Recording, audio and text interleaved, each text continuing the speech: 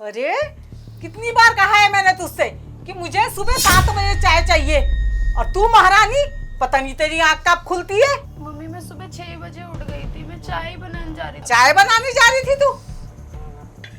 हद कर दी तूने, महारानियों की तरह रहती है यहाँ पर। और एक बात सुन, फटाफट चाय बना के लेके आ मेरे लिए, समझ गई?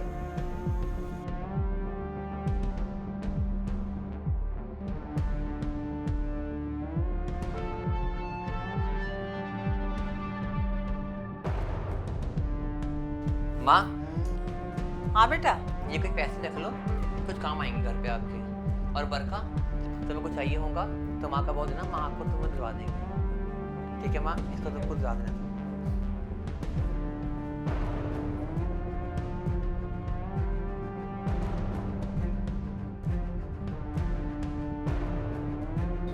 माँ जी मुझे कुछ पैसे दे दोगे और मुझे 2 सूट पे दिला देना आप ही।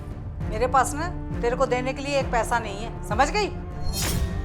माँ जी पिछले 6 महीने से मैंने एक भी सूट नहीं लिया, और राज और मेरी एनिवर्सरी भी आ रही है तो सोचा कुछ नए कपड़े ले लूँ। चाहे 6 महीने हो चाहे 6 साल हो, मेरे पास ना तुझे देने के लिए एक पैसा नहीं है। चल काम कर अपना। आज तक माँ जी मैंने कुछ भी नहीं मांगा आपसे। चलो अच्छा एक काम करो, 2 नहीं आप एक ही सूट दिला दो। मैंने कहा ना तुझसे, तेरे को मेरी बात समझ में नहीं आती है? तेरे को देने के लिए मेरे पास 1 रुपया नहीं है। चल जाके काम कर। अरे क्या सूट सूट की बात चल रही है?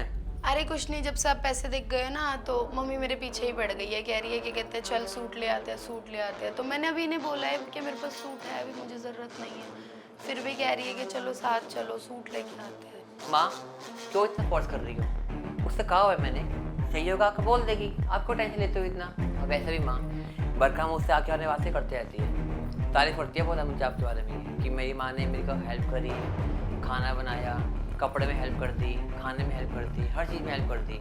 पता है माँ, आपने सोच बदल के रख दी मेरी। मैं सोचता था तो सासें होती हैं वो बहू पे अत्याचार करती हैं, मारती है, बट नहीं, मेरी माँ ऐसी नहीं है।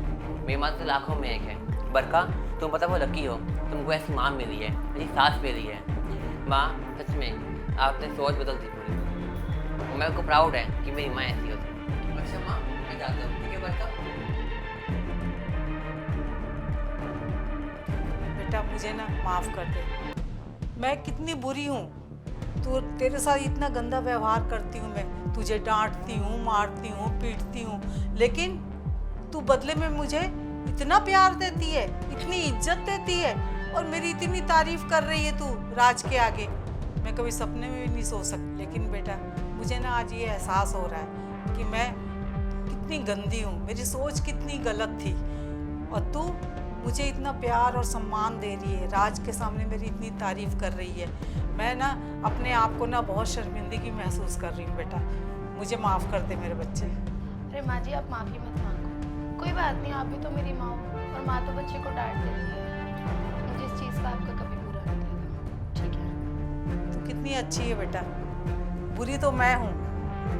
मैं तो कभी सोची भी नहीं थी कि इतनी अच्छी बहू मुझे मिलेगी।